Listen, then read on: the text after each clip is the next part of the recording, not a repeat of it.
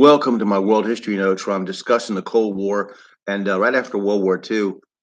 Not this is There's a lot better, more professional videos with better graphics and a lot more information, more deep information. Like if you go to Time Goes TV, and they're very impartial. They present the facts. They don't have opinions and they don't color it with political commentary like I do. I'm not like that. I have a point and I'm drawing connections, and so but I do appreciate that historical, very responsible historical presentation. I just watched their Cuban Missile Crisis, 13 episodes, or actually 15, and excellent stuff. And they managed to avoid, saying the obvious to me. This president was an idiot. This Soviet leader was nuts, or did a foolish thing.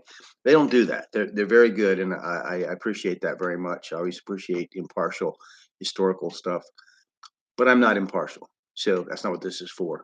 I'm presenting stuff to you that I'm finding that I'm surprised about, and stuff that I already knew a lot of it, but then there's a lot of stuff I just had no idea.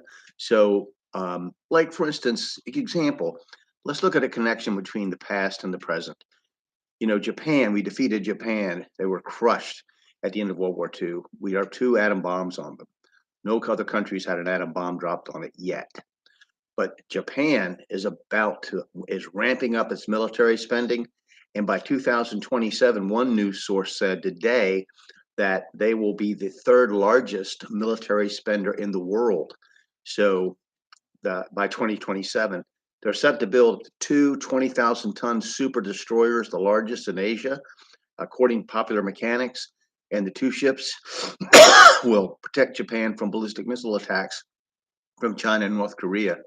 And they have a reinvigorated Japanese fleet that includes some of the best submarines in the world and a new pair of aircraft carriers. And then Reuters, back in December, they are set to have a $320 million billion dollar, I'm sorry, plan to to that will buy missiles capable of striking China. Um, so this is the biggest military buildup since World War II. So Japan is going to become a force to be reckoned with again. This will be very interesting. So, but let's go back to the early 19 or mid 1940s. A person I want to bring a point of talk about a little bit today is named Victor Perlo. Um, I hope you'll be interested in doing a little studying on him. Now, Victor Perlo was he was a Marxist economist and a longtime member of the National Committee, excuse me, of the Communist Party USA. Now, he served in the New Deal. He helped Roosevelt in the New Deal, and he was an original member of that spy group called the Ware Group. And he worked for the Brookings Institution. You've heard of them, Brookings Institution. He rejoined the government in '39, and he started in the United States Department of Commerce. And he helped. He actually reported to Harry Hopkins, Secretary of Commerce. Harry Hopkins, if you remember, is going to become Roosevelt's Roosevelt's inside man with the Soviet Union. He's going to give the Soviets whatever they want, and more than they should have. And then he became Perlo joined the Office of Price Administration in 1940. By 1943, he was chief of the aviation section of the War Production Board. Now, he had a group of spies, which he headed, Soviet spies, including a Senate staff director. He supplied the Soviet Union with United States aircraft production figures and shipments to various fronts. Um, he was, it's just amazing. He went through this. He was called before several congressional committees investigating Soviet sorry about this today. Soviet communist infiltration, subversion, and espionage within the U.S. government in the 30s and during World War II.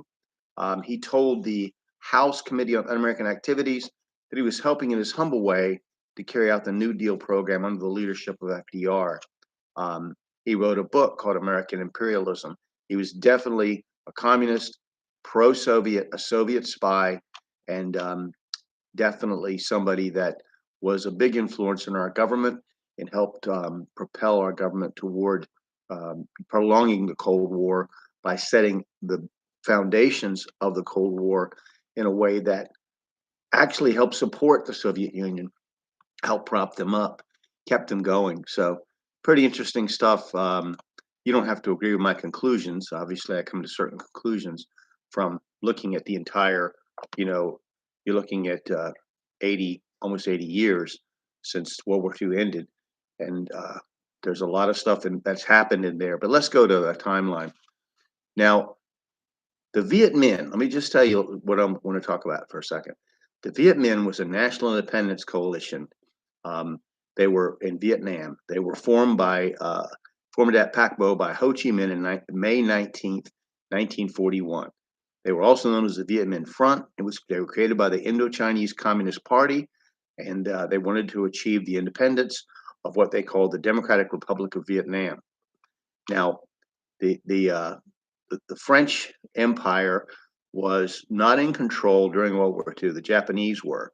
The Japanese finally took over completely from French administration. Um, the U.S. supported France, but um, the we did help the Viet Minh fight the Japanese.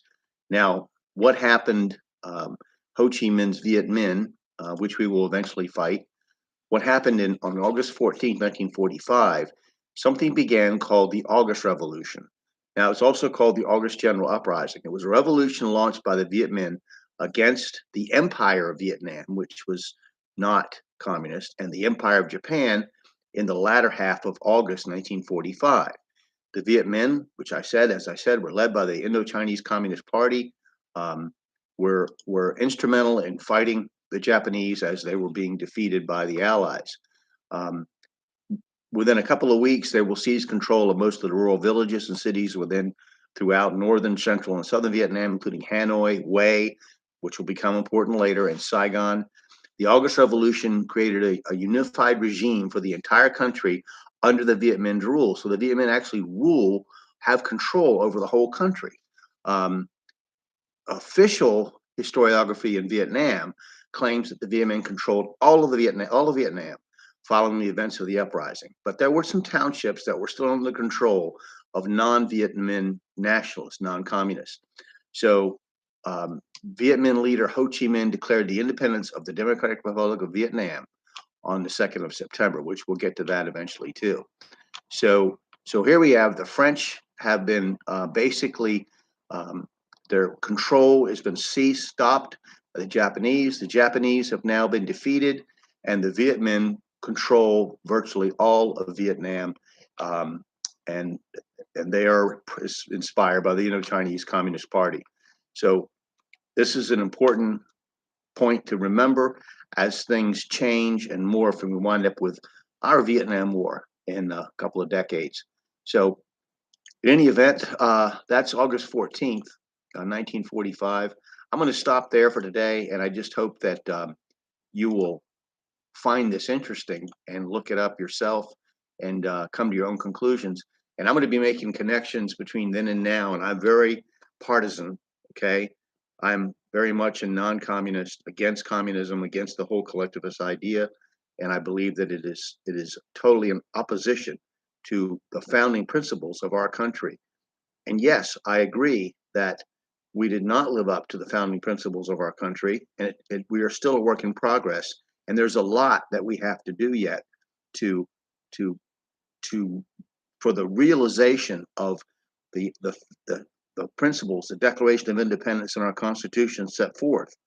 Um, but the whole collectivist, whole communist socialist ideal is to throw the whole thing out, tear it down, start from scratch with a communist idea of utopia, which we know in history has always resulted in mass murder, okay, and the destruction of freedom. So the question you have to ask yourself is, all these things that you think that communism was going to provide, is it worth what you're going to have to give up, which is basically your humanity? So what we have to do is, I honestly appraise these things. So, like, while I appreciate the productions that show, very impartial, that show you the facts, I really appreciate the detail and stuff like that. That's not what I'm trying to do here. What I'm seeing and what's exciting me when I read things that I had no idea about. So I hope you'll be interested. I hope that you'll study and come to some conclusions. Thank you.